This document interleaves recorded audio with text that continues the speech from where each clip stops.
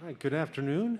Welcome back to the 2022 PGA Championship here at Southern Hills, Tulsa, Oklahoma. We're with Jesse Mueller, the 2022 PGA Professional Champion. Jesse, you know how to get a golf tournament really kind of going right from the get-go. So we're going to ask you about that first hole and your first round in general. Really, a really solid number up there, a 72, 2 over par. Maybe start with your first hole. Yeah, I hit a really good tee shot, and then that pin placement was a gettable pin placement if you could hit it in the right spot. I was just trying to hit it long and right, and then hopefully draw back, and happen to go in. So, I mean, what a start to my first ever PGA Championship. Pretty amazing. That was amazing. Did you see it go in, or was it just by the roar of the crowd, or how? Yeah, I knew it was gonna be close because of where it landed and it was drawing back. Yeah. But I didn't know until I heard the reaction up by the green because the second shot's kind of elevated, so I couldn't see the green. But once everyone started to cheer, it was one of those cheers where you know it went in. So that was pretty special. Did you share the moment with your wife, or that's like storybook, isn't it? Yeah, that's just like a head shaker right there. Yeah. Just put your hands up, or yeah.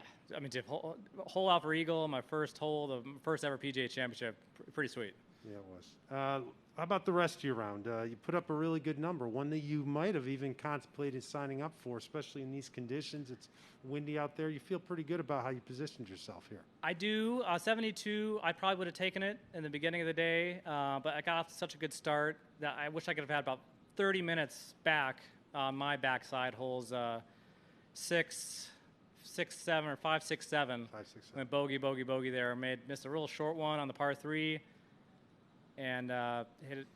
I wish I could have those holes over again. But all in all, 72, I'll take 72 out here. This course is just playing so difficult. The pin placements right over bunkers and having 5 irons and 4 irons in to a pins that you just can't even stop with a wedge. It is challenging out there. No doubt. Let's hit the floor for some questions. Let's go to Eric on number 4, please. Jesse, congratulations, first of all. I want to ask you about just representing Grand Canyon, and what does it mean? You're wearing all the Antelopes gear and stuff. Just what does it mean to represent Grand Canyon at a major like this?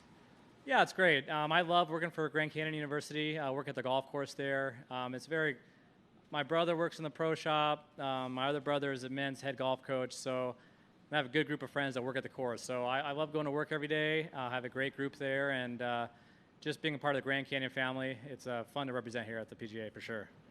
Yep. Straight across, microphone 1. Where does that shot on number 10 rank in terms of your career? Right up there, just being in a major championship and holding out.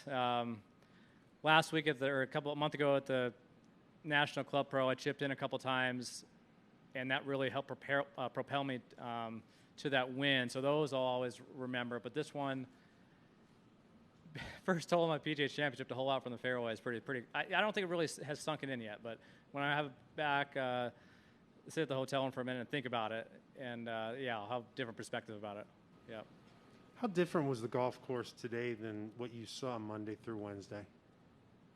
I would say the pin placements. You're expecting them.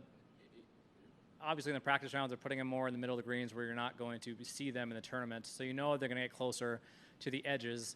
And that just makes it that much more challenging. You can't miss it in the wrong spots. And it's just very difficult to get close to the pins. Hats off to the guys who shot 4 or 5 under par. That's an amazing round out here with how it's playing right now.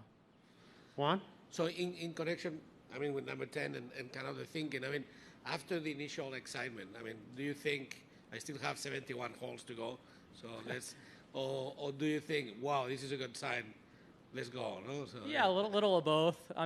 Sometimes when those things happen, I played in tournaments before where just you get certain breaks, and you need those to win tournaments or finish higher in tournaments. But as a golfer, it's always challenging not to get ahead of yourself, and there's so much golf to play. And playing in tournaments, you know that's one of the most important things in tournament golf is to not get ahead of yourself and stay in the moment. So I try to do that the best I can. I felt like I did a pretty good job today of doing that, even after holding out that first shot number 1. Jesse, who's caddying for you this week?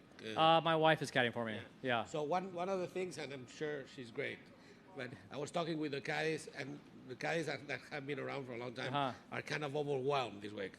Not just because of the difficulty, but they think that every shot you have to strategize. You have to think about it well. You have to do that. So how do you work together on those things? Well, she helps me with a few different things out there. Helps confirming like wind direction and making sure I'm committed to each shot. But as strategy and things like that, I rely on myself for that. There's so many different ways you can play the shots out here with the wind, and if you want to draw it, cut it, bounce it in, hit it higher. And so the distances I can hit a 6-iron from 175 to 210, just depending on how it goes. So you really can't. That I would rely more on myself. Mm-hmm. Jesse, thanks so much for finding us. Enjoy your evening with your wife, and we'll be back at it tomorrow. Will do. Sounds good. Thanks, Thank you, guys. sir. Yep.